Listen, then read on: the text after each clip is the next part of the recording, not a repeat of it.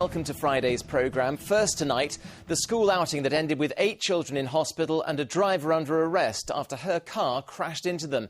It happened on Lowestoft Road at Worlingham near Beccles in Suffolk early this afternoon. In a major operation, a fleet of ambulances and helicopters took the injured to hospital. Well, Rhiannon Mills is in Worlingham and joins us now. Rhiannon, this sounds like an absolutely terrifying crash for everyone involved.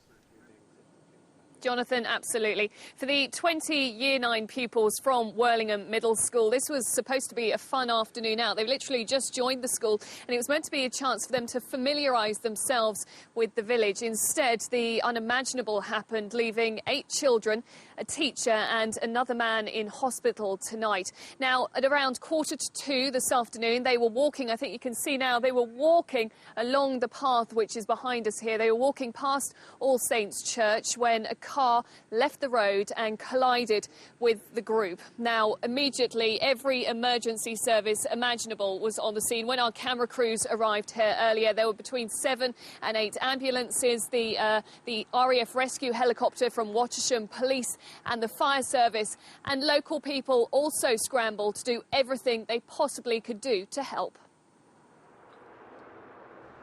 This was the scene of chaos in the village of Worlingham in Suffolk this afternoon after a school field trip ended in calamity.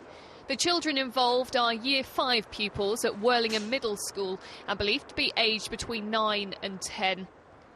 As they passed All Saints Church, a car lost control, mounted the pavement, hitting pupils and teachers. 8 children and 2 adults were injured. Mourners at a funeral being held in the church raced to help the injured.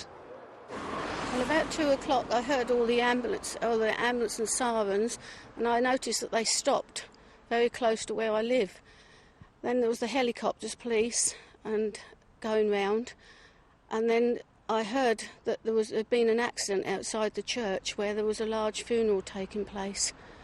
And I walked down and somebody told me children had been run down. A fleet of ambulances, including the air ambulance and the RAF rescue helicopter from Wattisham, were called to the scene to ferry the injured to the hospital. 4 of the most seriously injured children have been taken to the Norfolk and Norwich. 3 others are now being treated at the James Paget Hospital at Galston. It's also believed that a male teacher has been injured. As word spread among villagers, anxious relatives made their way to the scene, desperately worried about the youngsters involved. I was so concerned because I have a grandson at the primary school, a granddaughter here, so I was looking for them. So I walked. There was ambulances and police everywhere, but all cordoned off. The road had been closed everywhere, and as I came out of top of Garden Lane, parents and everybody were running down the roads. And then I asked the policeman, he said, I will go and see if your granddaughter is there. And he came back, told me she wasn't, which was wonderful. A full-scale emergency operation was launched, with hospitals putting medical staff on standby to deal with the casualties. The head teacher of Worlingham Middle School said that everyone had been left stunned by what had happened. I mean, it was just awful just going down the road and actually finding the children like that. But I have to say that I was immensely impressed with the emergency services, how they dealt with the situation, and really all we could do was do exactly what the fire and ambulance crews asked us to do. We just did that, and I wouldn't have really much time to think about anything else, really. As an investigation continues tonight into how this accident happened, the woman driver of the car involved is under arrest. Well, Rhiannon, what's been the reaction in the village? It seems everyone's played their part. You have to remember, it is only 4 hours since this accident happened. Behind us, I've been here for the last few hours, and police investigations have been very much going on. But the village is quite quiet tonight. People, I think, are trying to come to terms with exactly what happened.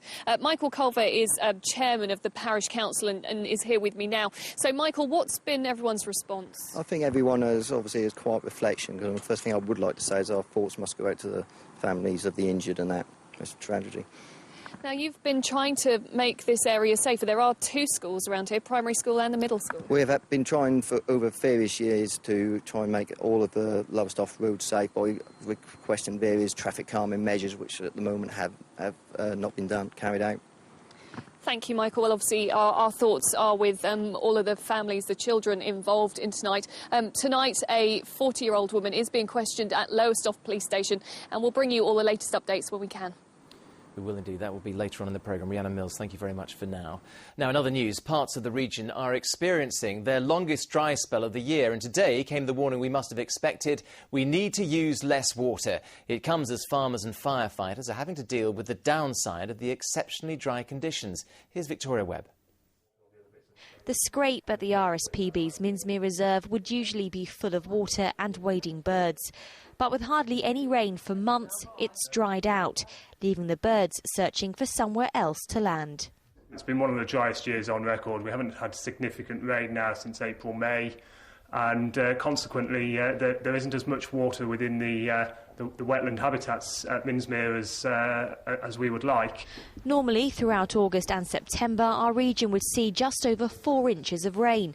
This year, we've had only half of that. At Alford Ness Nature Reserve, the dry summer has also left their marshes and lagoons with very little water.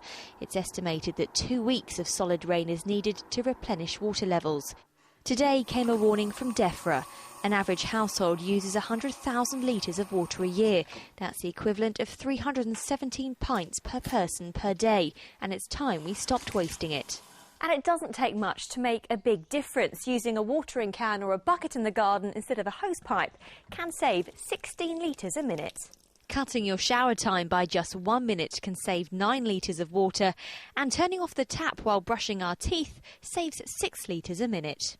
Obviously, there's always more we can all do to save water, but actually we've got more than 60% on water meters, which obviously saves water and saves money for the customers too. And at Anglia Water, we've got one of the best track records for tackling leakage. So in overall terms, actually we're pretty good. With a growing population and climate change meaning it's becoming warmer and drier, there's more pressure on our limited water resources. Only yesterday, this area of heathland in Ravenswood in Ipswich was engulfed in flames. The parched ground made it easier for the fire to spread, as well as the damage. Those who deliberately started it are responsible for the loss of a great deal of water. We've had this continued dry spell, and with a light wind yesterday blowing through, this small fire became a very large fire very quickly. We had 6 appliances here at the height of the fire, and the concern was that it was going to spread across the whole of this heathland. And we estimated that we'd probably used 50,000 litres of water yesterday to extinguish this fire. While staff at Minsmere are confident that a period of rain will bring the birds back in, DEFRA says it's vital we all act now in our day-to-day lives to waste less water and help protect our future. Victoria Webb, Anglia News. Parents at a school in Chelmsford are campaigning for better security measures after their 5-year-old son walked almost a mile home on his own. Lewis Kelsey Clinch turned up at his parents' front door after leaving school at lunchtime. They say anything could have happened to him. Our Essex reporter Lorna Ramsey takes up the story. It's home time, and Darren Kelsey Clinch is here to pick up his son, Lewis. But last week, Lewis's walk home was rather more dramatic. At lunchtime, he managed to escape Barnes Farm Infants in Chelmsford and walk nearly a mile home on his own. Lewis's parents are now campaigning for the school's security to be tightened. We want to think about everyone at school, and to be quite honest, the procedures I don't think are very serious enough, not in my eyes, not for my little boy, from what he's done. It just proves that obviously the school security isn't up to scratch for a 5-year-old boy to walk out the premises, no one to see him, and also the fact they didn't bother phone us to let us know. And this is the route Lewis took. He told his parents he left his school in Henniker Gate at just before 1 o'clock because he was hungry and wanted to get something from the fridge.